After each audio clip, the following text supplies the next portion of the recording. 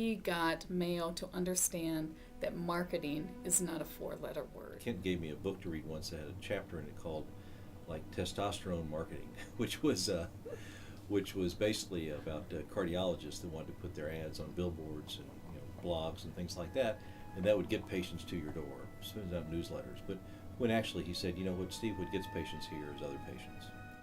He showed that it's a discipline, it's data-driven, and he brought it also together with a very high ethical content. One of the things I learned from Kent was Wrigley was excellent at forcing us to remember the research, remember the data, to think objectively about the situation. He may have had a huge Mayo Clinic marketing issue on his plate, but he would stop and make you feel like you were the main priority of his day. We were in Santiago, and so Kent had the notion that, well, let's go skiing. And so we decided that we would actually spend the night at this little chalet, and our accommodations were pretty much like a bunkhouse with bunk beds. And as we were getting ready for the evening, Kent reveals to me, he says, I tend to snore. I said, I've got brother-in-laws. I understand. I've been through this before. World class. That's the word Kent forgot to tell me. And so I enjoyed my skiing, but didn't sleep a whole lot. We were doing a Chicago strategy thing, and I wanted to find out whether people would buy a product we were offering, and if they did, would they actually come to Mayo after they bought the product? And Kent said, let's do some conjoint analysis. I think probably the most important thing is the importance of creating a persuasive presentation, that whatever we do should be focused on what is the ultimate outcome that we want to achieve. I'm still wondering why we didn't use the Peter Van Wessendorp's price sensitivity analysis instead. One of the things that he always taught me was, it's not about what you like or what you dislike. It's about, does it present a risk to the brand or does it benefit the brand? And he kind of helped me look through things through that prism. When we first were considering medical edge radio, he had some concerns, questions to be answered, but once they were answered, he became an enthusiastic supporter. Things that I really took to heart and learned from Kent is to be flexible and to understand that people who bring us projects really are often trying to do great and important things for Mayo. After working with Kent for years and years, as kind of the arbiter of a very, very professional image for Mayo Clinic, to see the look on his face when we gave him his poster as a retiring from the brand team chair position, with all of its insanely wrong uses of the logo and really bad image material, to see the look on his face was just precious. At one point, when I was still relatively new on the marketing committee and new to the field, Kent actually came to my office and asked me how he was doing. You could see how strongly he felt about Mayo and about how important it was to protect our brand, but in a way that also lets it grow and change and be something which is dynamic. I was very touched, impressed, and I remember that and learned that from Ken Seltman, the importance of talking to the people that you work with and asking them how you're doing and actually listening to what they have to say. One day we were having our little chat sessions, and Kent was telling us that he had a hidden secret, and all of a sudden he went over to the wall and stood up on his head.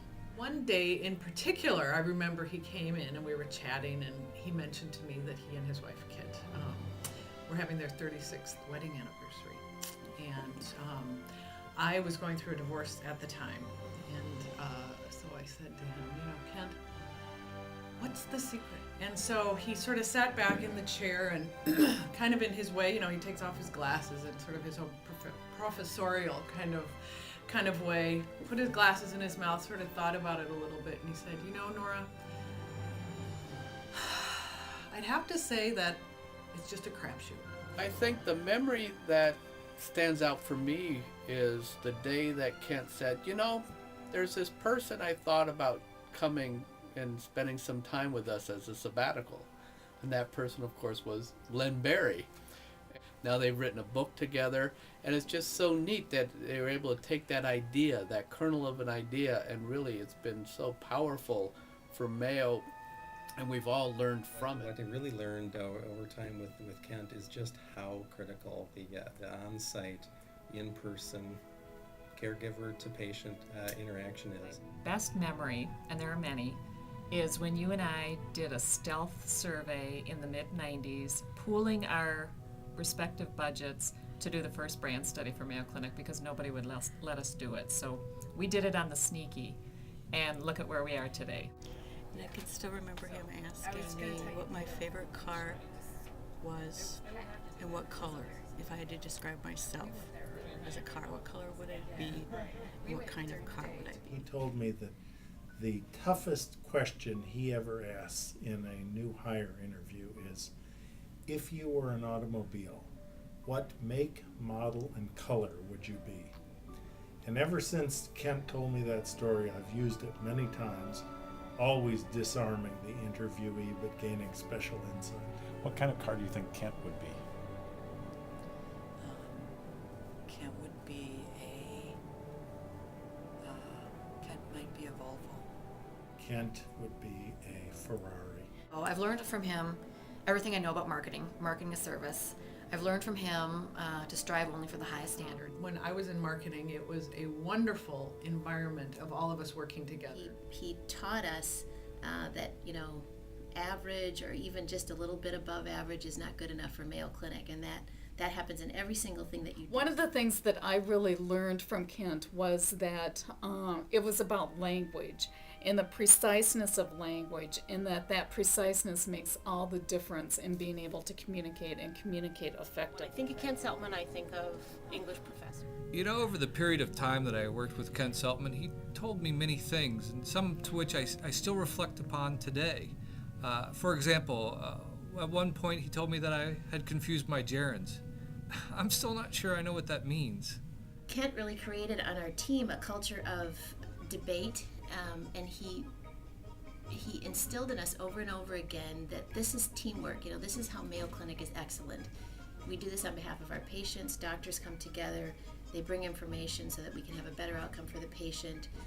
They share information, they debate, they talk about things, and we need to do the same in our administrative work.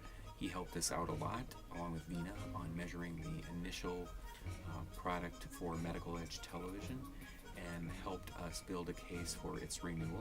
6 words that describe Kent: a Kansas farmer in a suit. Respectful. Refined, deeply thoughtful, quirky, funny, reflective, understanding, and obviously very smart. Visionary, detail-oriented, and still willing to think out of the box regardless of the topic. Intellectual. Passionate. Thorough. Focused. Judicious steward. Flexible. Committed. Wise advisor. But professional. Philosophical. Professorial. Scientific. And crapshoot. And crapshoot. Calm, thoughtful, inspirational, wonderful teacher, mentor, and friend. Quiet, competent, kind. Striving for excellence. Rural man with incredible integrity. Dedicated and loyal and committed. And if I had to describe him as a plant, he'd be an oak tree. He's a solid person with wide arms and wide branches that shades all of us, that lets the sun come in. The advantage I've had with Kent is because we've been next door neighbors. I've seen Kent at work and I've seen Kent at home. And what I can say is there's only one Kent Seltman. There isn't a working Kent and a home Kent. What you see is what you get. Kent is the real deal.